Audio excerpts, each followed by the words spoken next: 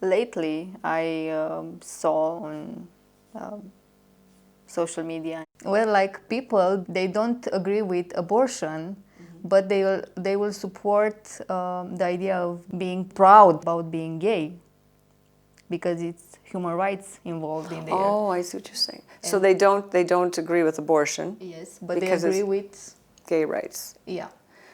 This is a very touchy subject. This is explosive. Satan likes to use this one a lot because people don't understand what's really going on. There's a difference between people, their being and their behavior.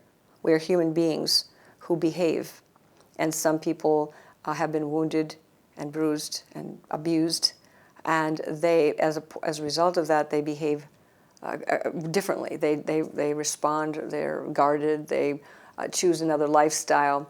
And, all that is a symptom to me of being wounded in that particular way, sexually abused, possibly.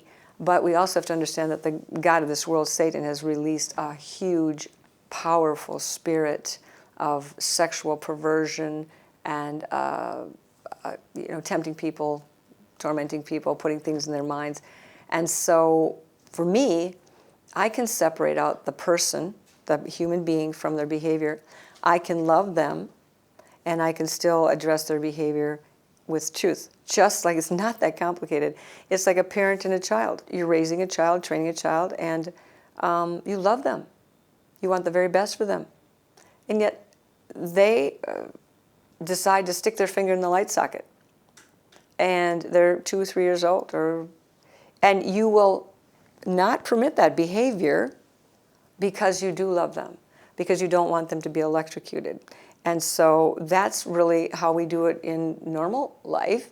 We don't criticize, the child doesn't come up to the parent and say, okay, if you don't let me stick my finger in the light socket, you don't love me. And yet in this context of the conflict Satan wants to keep burning and fired up in our society, he wants that you don't love me, you don't love me. And so then the Christian says, okay, we have to love you. That means we have to let you do everything you want. But that's not what a really good parent who loves their child will do.